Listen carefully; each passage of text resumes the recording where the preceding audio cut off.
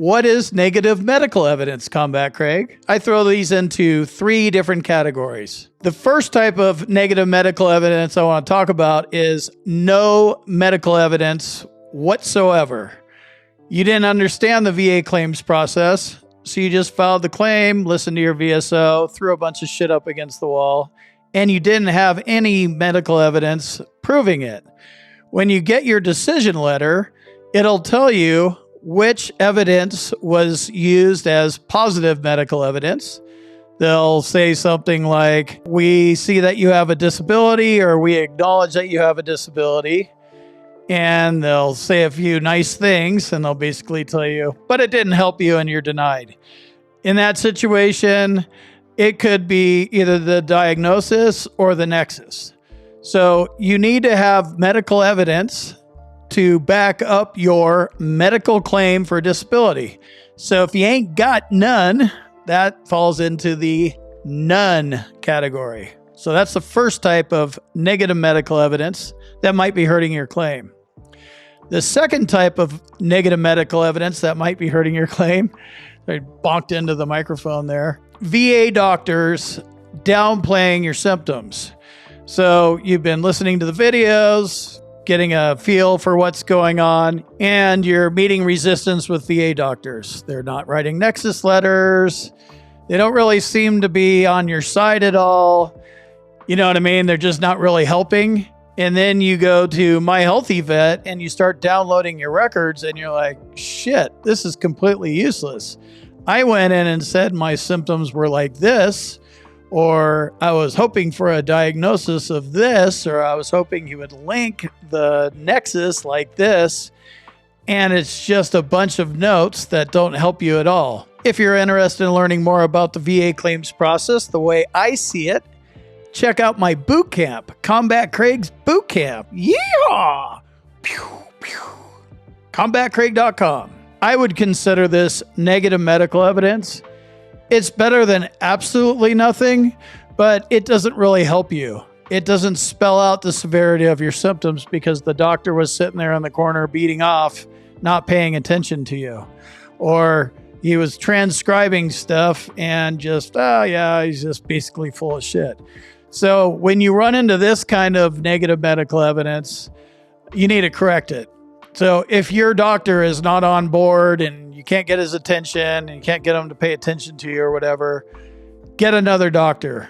If you can't do this at the VA, then get a private doctor. You need to have a doctor on board with you to some degree, at least agreeing that you have some kind of symptoms, because symptoms are one of the key factors in medical evidence. Diagnosis, symptoms, and the nexus. So if what you're saying to a doctor isn't giving you one of those 3 things, that might be not helping you with your claim. The third kind of negative medical evidence is going to come from your C&P exam. Depending on how you proved up your claim, you're going to a C&P exam. You can pretty much take that to the bank. So you go there, you either have a bad C&P examiner, which you have no control over, or he doesn't agree with you. I mean, remember, these guys are contracted by the VA, so they work for them, so they're not your friend. So if you get a C&P examiner that doesn't agree with your claim and your disability and how it's service connected, the nexus, any of that kind of stuff, going to say something like, yeah, I see a disability or a problem here, but it's less likely than not caused by active duty service or aggravated by something that's already service connected. That's the third kind of negative medical evidence. And we need to address every piece of negative medical evidence if we want to win our claims. If you fall into bucket number 1, which is no negative medical evidence at all because you ain't got none, get some. Get something in a medical record. It needs to exist in a medical record from a medical professional.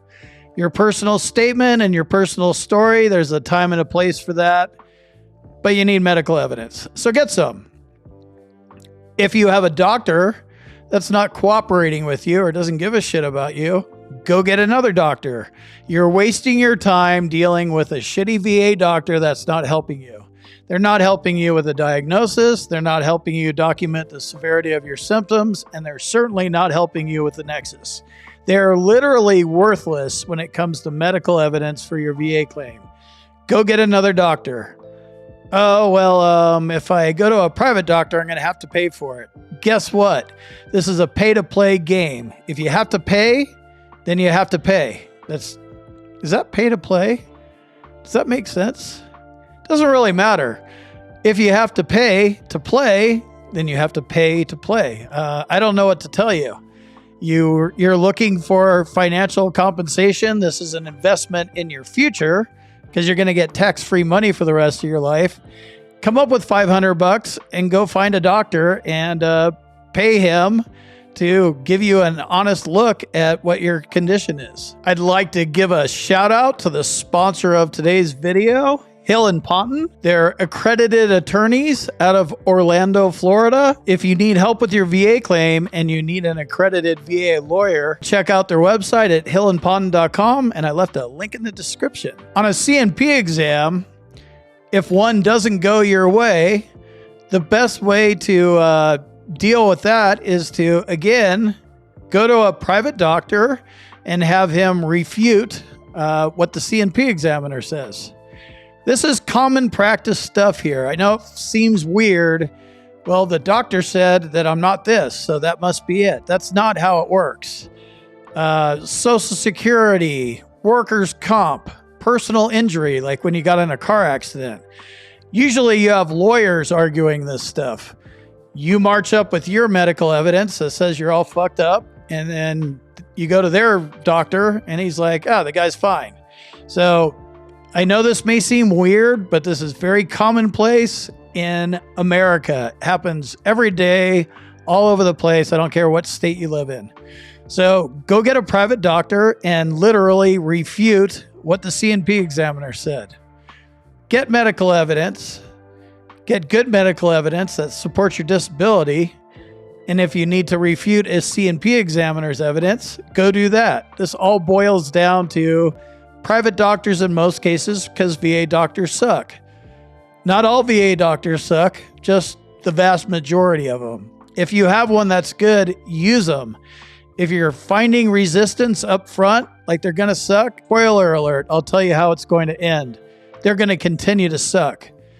Try to get another VA doctor. If that's going to take 5 months and you need to deal with the patient advocate and all this bullshit drama, just go outside into the real world and go get a real doctor to give you a real diagnosis. Real doctors in the real world, in my experience, they actually like veterans. When they were 21 or whatever and their parents had some money or whatever the deal was, they were able to go off to med school while we were at war and serving our country and all that kind of stuff. So you'll be surprised how much it changes from VA doctors to private doctors.